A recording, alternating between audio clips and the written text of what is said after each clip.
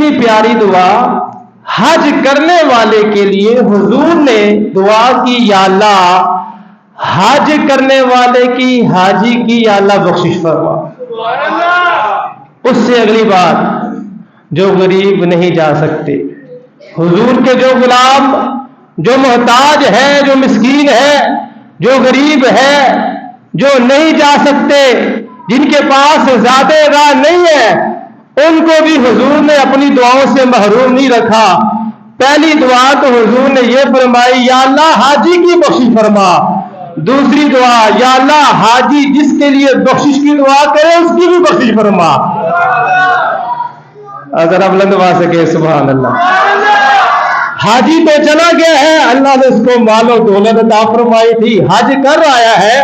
اب جو غریب ہے، جو مسکین ہے، جو تڑپتے رہتے ہیں، برکتے رہتے ہیں کہ ہمیں حج نصیب ہو جائے، ہمیں بھی حج کی سعادت مل جائے، روتے رہتے ہیں، مچلتے رہتے ہیں، اب ان کے لیے بھی حضور نے دعا فرما دی، حاجی کے لیے خود فرما دی اور کہا حاجی تو جس کے لیے بخشش کی دعا کرے گا میں اس کے لیے بھی دعا کرتا ہوں، اللہ اس کی بھی بخشش فرمائے۔